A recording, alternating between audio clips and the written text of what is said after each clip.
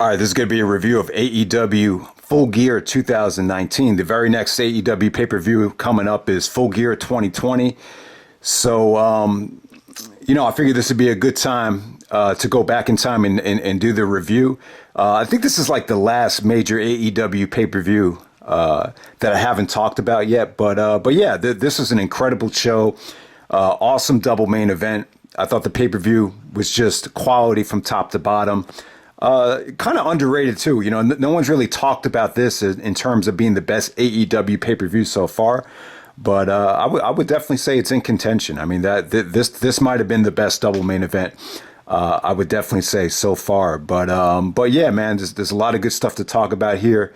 I think with AEW so far, it's just, when you go back to the pay-per-views before the pandemic, I mean, you basically have independent wrestling style matches in front of a, mainstream hot crowd, hot audience. And, we really haven't had that in a long time, maybe since, some of the TNA Bound for Glory's 2007 Bound for Glory, 2008 Bound for Glory. That's kind of like, consistently, that's kind of like the atmosphere that they were providing, before the pandemic happened. But, we have Full Gear 2020 coming up. I'll do a preview of that later on, but we'll see if AEW can kind of return to form and, get some momentum going, deliver a better pay-per-view this time around. But yeah, man, let's go back to Chris Jericho's 49th birthday on November 9th, 2019. We have the Young Bucks opening up the pay-per-view to take on Santana and Ortiz.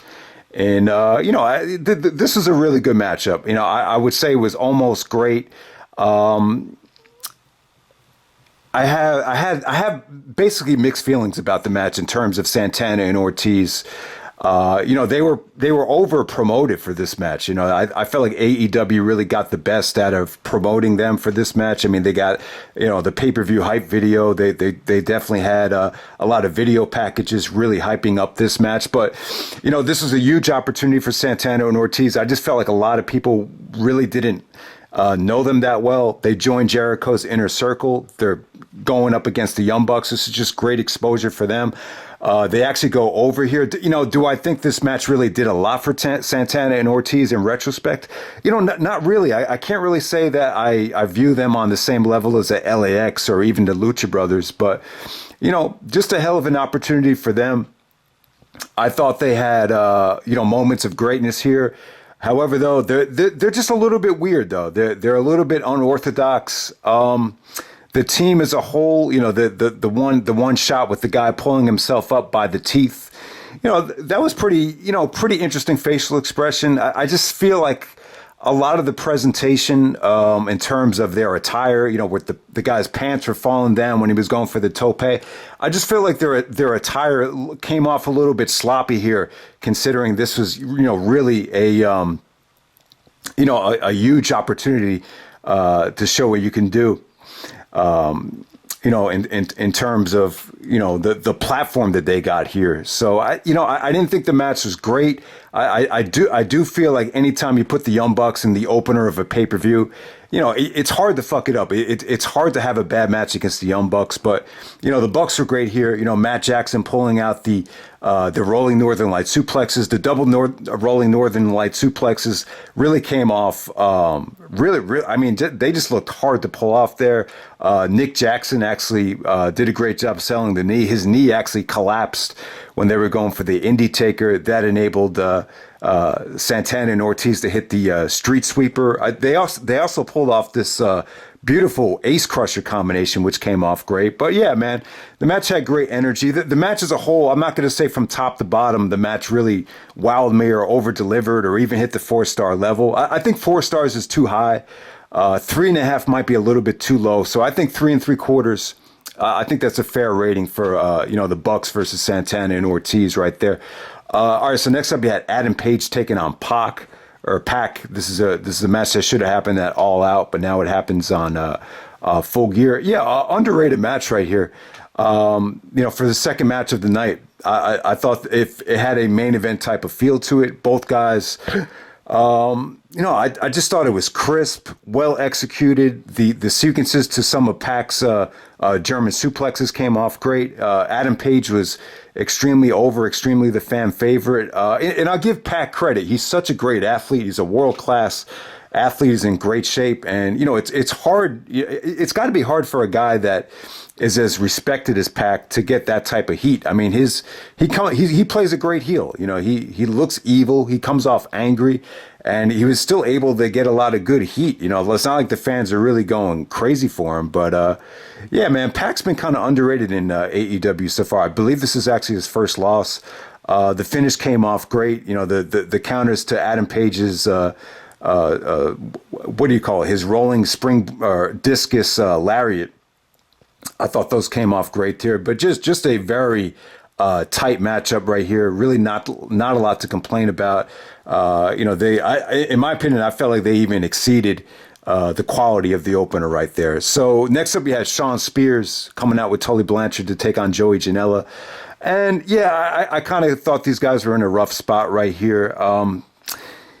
It's a tough call. I mean, you really want that opener with the Young Bucks to be hot and energetic, but at the same time, you kind of sacrifice quality with some of the matches in the mid card right here. I just felt like they had a tough time. That's a tough spot. You got to follow two, really, really quality matches right there. Also, they had to follow Adam Page and Pac. So, Shawn Spears, formerly the Ty Dillinger from TNA, I just kind of feel like he's regressed. This whole thing with Tully Blanchard, and when you look at him now, it really hasn't helped him that much. Taking on Joey Janela, really not much to talk about here. There was a spot where they were on the turnbuckle where he was looked like he was going to pull Joey Janela's hair off, which came off kind of weird. Blanchard gave him the assist.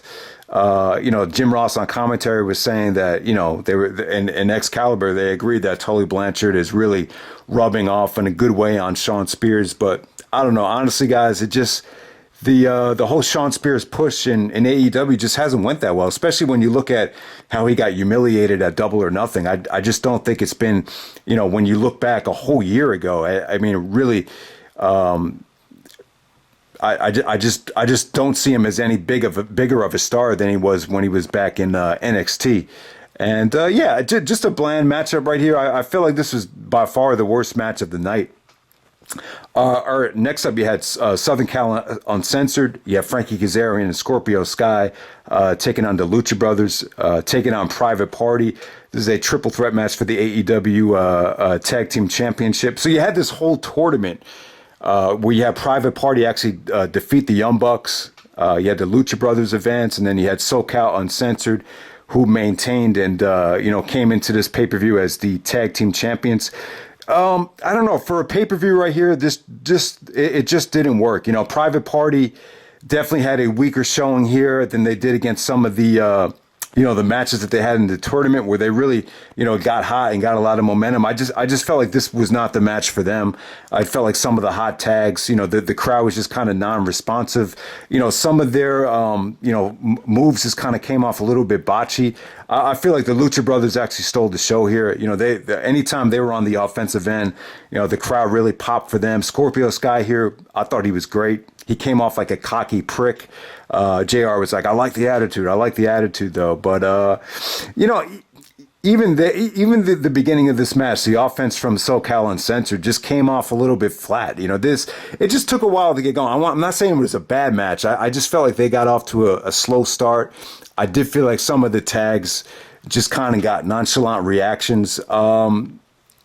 Triple threat tags are tough to work. You really have to have the right combination in there. Even the triple threat tag at Survivor Series with the SmackDown Super Six, I felt like that could have been. It wasn't like indicative of what those teams were doing, at that time. But yeah, Southern Cal Uncensored goes over. Solid match, but definitely not one of the brightest spots of the night. And then next up, you had Riho taking on Emi Sakura, her trainer there. Riho and the Emi Sakura. I thought with this match right here, I think it just went a little bit too long. Went about 13 minutes. It definitely dragged a little bit. I think that's one of the problems with these AEW pay-per-views.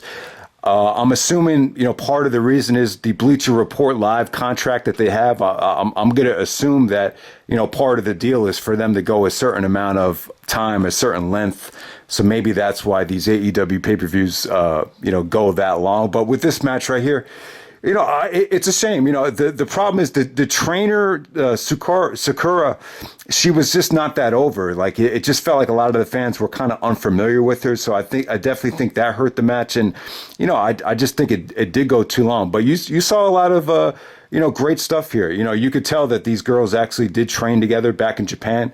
I thought the chemistry was great. I thought there were some beautiful counters to some of the Oklahoma rolls.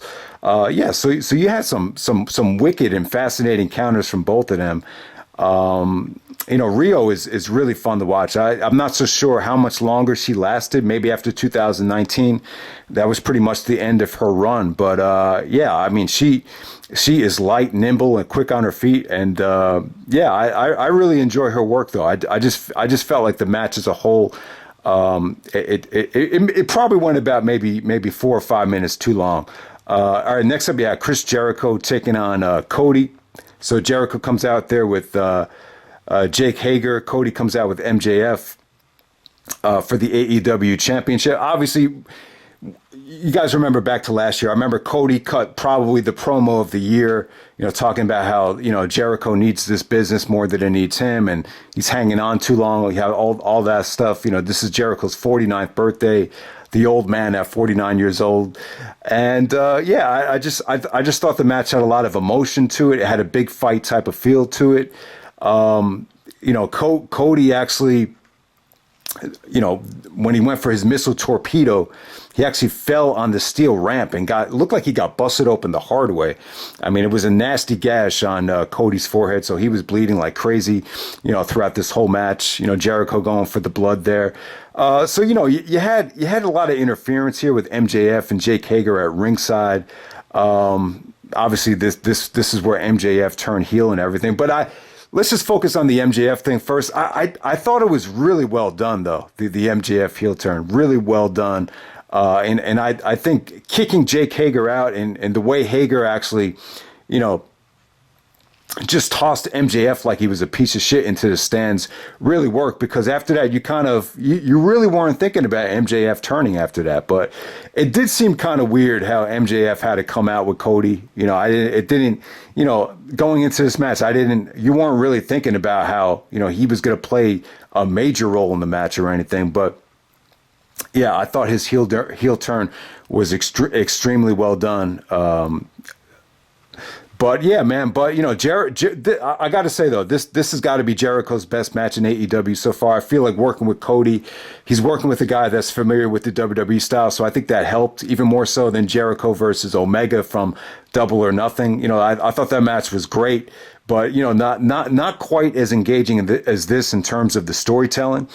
And I thought Jericho and Cody at the same time, they really paid homage to Cody paid homage to Dusty Rhodes with some of his offense. Obviously, you got Cody's mom in the front row, so you have all that connection to Dusty, playing a big part of the match. Also, it's in Baltimore, which is a you had some historic WCW NWA shows back in the day. You had Cody doing the figure four, kind of a tribute to Ric Flair. I thought that was cool. But yeah, man, just a lot of great near falls there. Cody countering the Jericho forearm. God, I forget what he calls it. Jericho, the Judas effect. The Judas effect into the crossroads. I thought that was an awesome near fall right there. I think JR even said the near fall of all near falls. I mean, I don't know if you go that far, but yeah, the fans were into it. It had a big fight atmosphere. Jericho does a beautiful counter to the Cody's springboard insecurity with the code breaker. That was an awesome spot right there. And then, that kind of turned the tide for Jericho. He was wearing like this weightlifter's belt to kind of mock Cody. So he took that off, started whipping Cody in the back with it. Then he does a beautiful, Walls of Jericho, almost like more of a Lions Tamer WCW version of the Walls of Jericho, where he's just like, pulling back on Cody's legs and almost bending him in half like a pretzel. So, MJF throwing in the towel. I didn't think it was like that heelish of a move because, that like Jericho had that submission sunken in for like, it felt like almost 2 or 3 minutes. It's like, the guy was about to pass out. So what's he going to do? The MJF heel turn, you know, when Cody looked upset after the match and they really let it drag out, then all of a sudden MJF pulls the Jericho where he kicks him right in the balls, kind of very, very similar to the HBK WrestleMania 19 low blow. And that's the great thing about having Jericho around.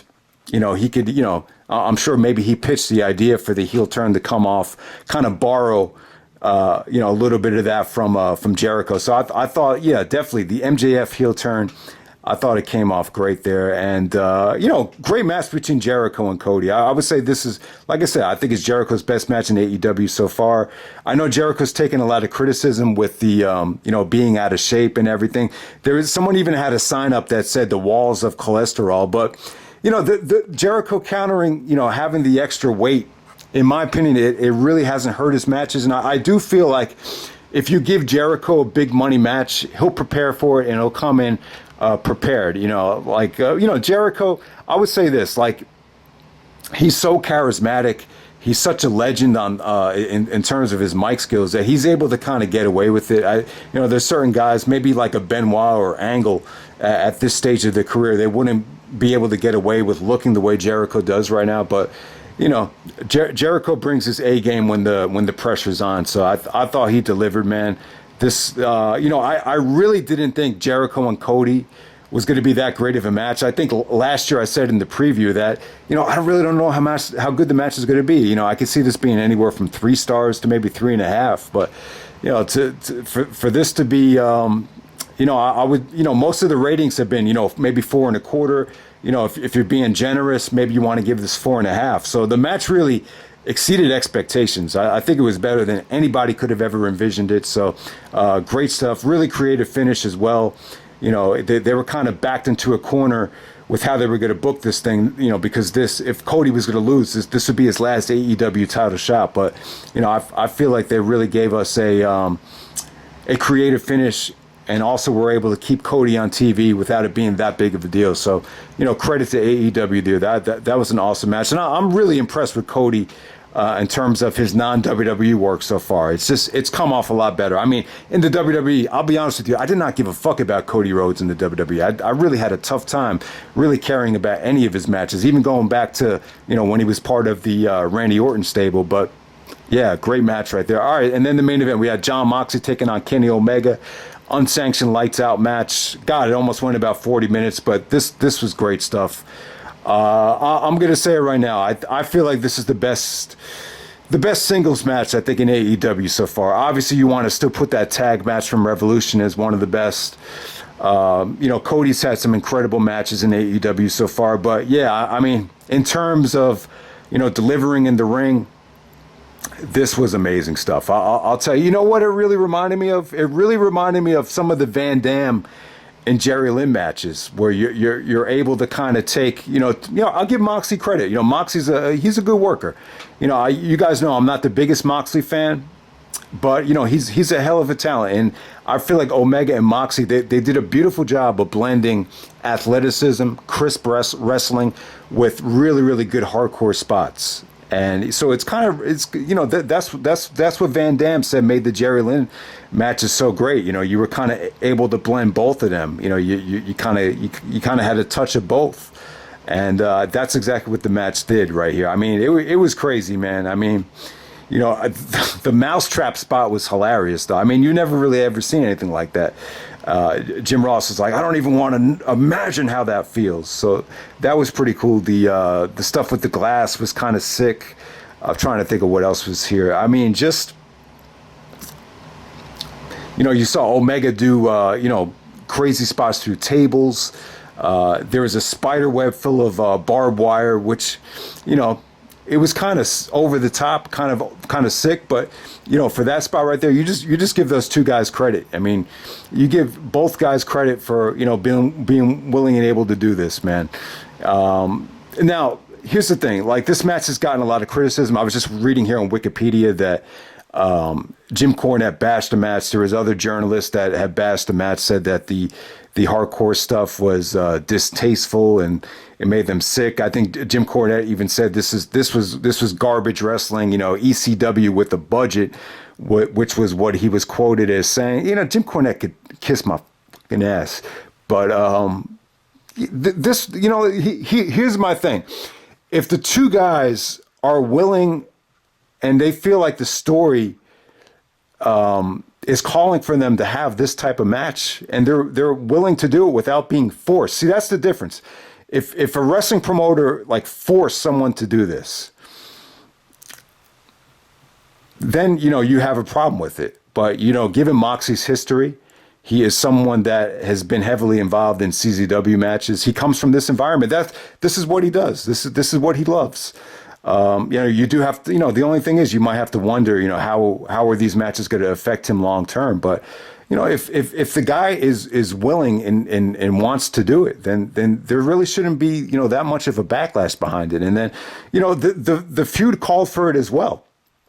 And you got to keep in mind, these are two guys, Kenny Omega representing New Japan, Jon Moxley, as Dean Ambrose in the WWE. They're two guys that were coming from two different promotions, finally meeting in a brand new promotion. So it did feel like a dream match. They have two different styles. Omega's known for his wrestling. Moxley, prior to the WWE was really known for his, hardcore style. So it's two different styles, two different egos, clashing here. And it made for great promos. It made for a great video package. And, the intense atmosphere of the match, it really made sense for them to go above and beyond. I will say, I thought the Omega taking out the glass and kind of trying to stab it down Moxie's throat, that was a little bit sick. I could see how some of it was a little bit hard to watch. But what really made it great for me was the blending of some of these hardcore spots with the athleticism. The barbed wire, there was barbed wire bats, there were spots on the glass. And then at the end of the match, they actually took the ring apart, and Omega actually missed a Phoenix splash and hit the wooden board of the mat. That looked brutal. And then, Moxley finishes him off with the dirty deeds on the wooden part of the mat. So that looked brutal right there. But this is an awesome match, man. I would give this 4 3/4 stars. I will agree that some of the violence, it looked a little bit tough to watch.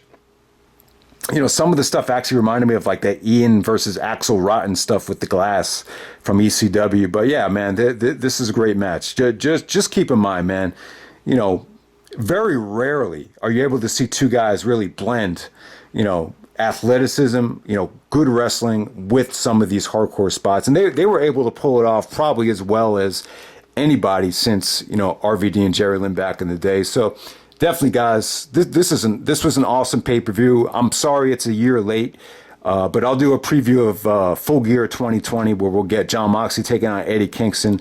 That should be a hell of a promo package. Hopefully the next couple of Dynamites really get that pay-per-view buzzing, but we'll see what happens. Hope you guys enjoyed the review, and I'm out. Awesome pay-per-view right here. I would definitely say this has got to be at least a 9.0.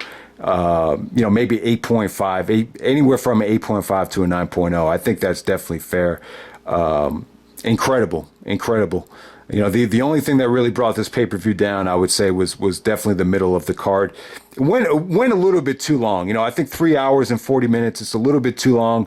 And you could definitely tell AEW's had a tough time during the pandemic with the length of these shows. But, hopefully they could really clean it up and, deliver a much better pay-per-view this time for Full Gear coming up at the beginning of November.